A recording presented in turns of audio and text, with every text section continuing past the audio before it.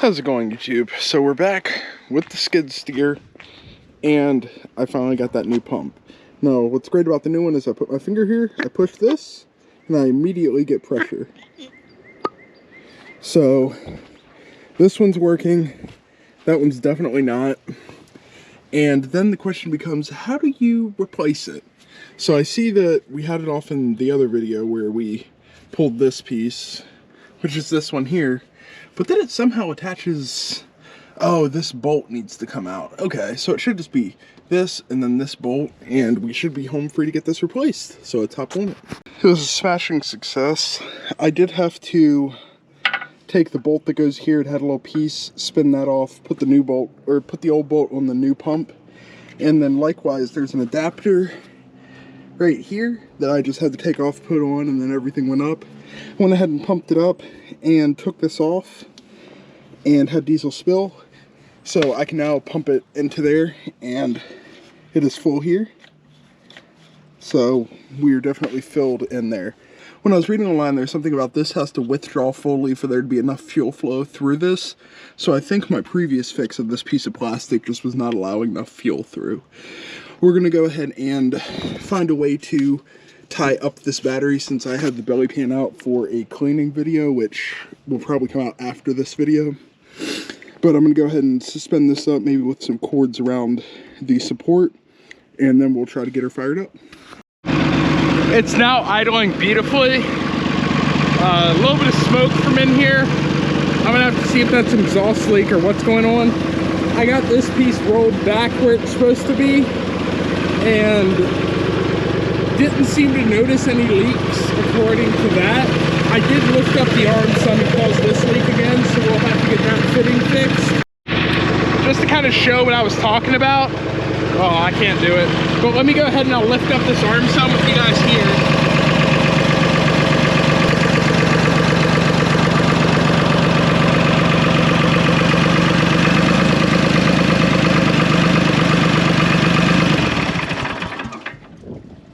It didn't really seem to leak when we did that, so I went ahead and took it all the way up just so we can get kind of a better look. We see all this gunk in here. Cylinders look pretty clean. And honestly, that lifted higher than I thought. I don't know if there's bucking on it, won't seem nearly as long. Ah! That's what killed the engine. Oh, I totally forgot that I strapped to the lower part of the arm with the battery. So let's go ahead and get this whole thing off. And I do have a new battery cable we can use for that.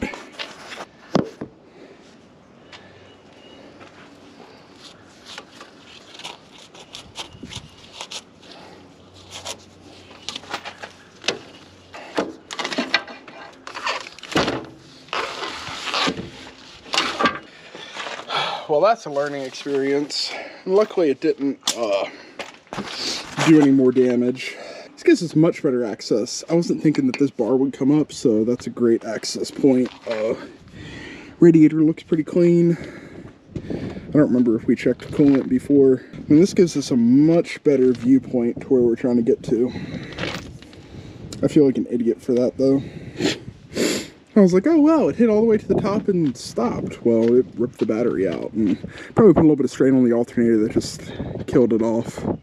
Okay, so I have this where I put the positive terminal in the Subaru that's now gone, but I didn't have to put the negative in. So luckily I had this sitting around. I should be able to loosen this up, shove the negative wire in there and tighten it back up, and have a really nice, really solid clamp.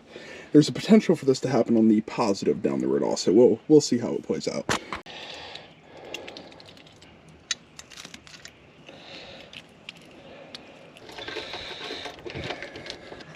I'm not saying it looks pretty, but it's at least on there.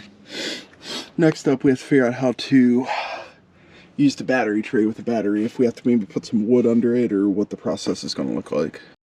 New negative on there. I replaced the positive terminal screw because the screw was stripped, but now we should all be together.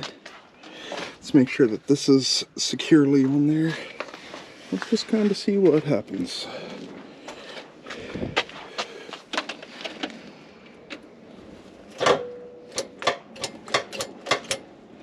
it's got a low battery.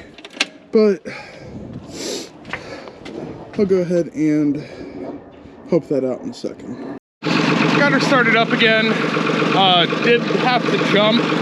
I'm hoping to charge up the battery tonight and see how she does.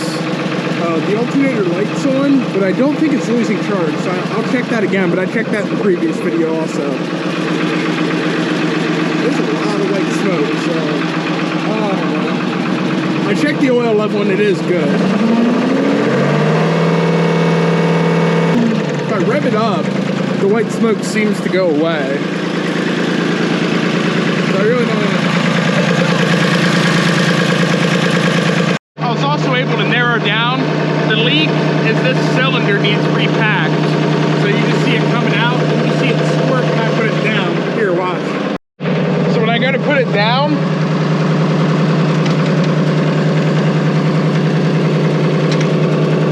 I don't know how well you can see, but yeah, she squirts out. So that's gonna be where we leave off this video. She's now running under her own power, moves around fine on her own power. The only issue in the hydraulics so far appears to be that cylinder over there. But by all means, like, when you see all these little cracks, I assume those are gonna burst. I don't know. So, we'll see. But I'm gonna call around and see, you know, what it takes to repack that cylinder. And I can definitely either do it myself, or if I can just pull it out and take it somewhere, that'll work too. Until next time.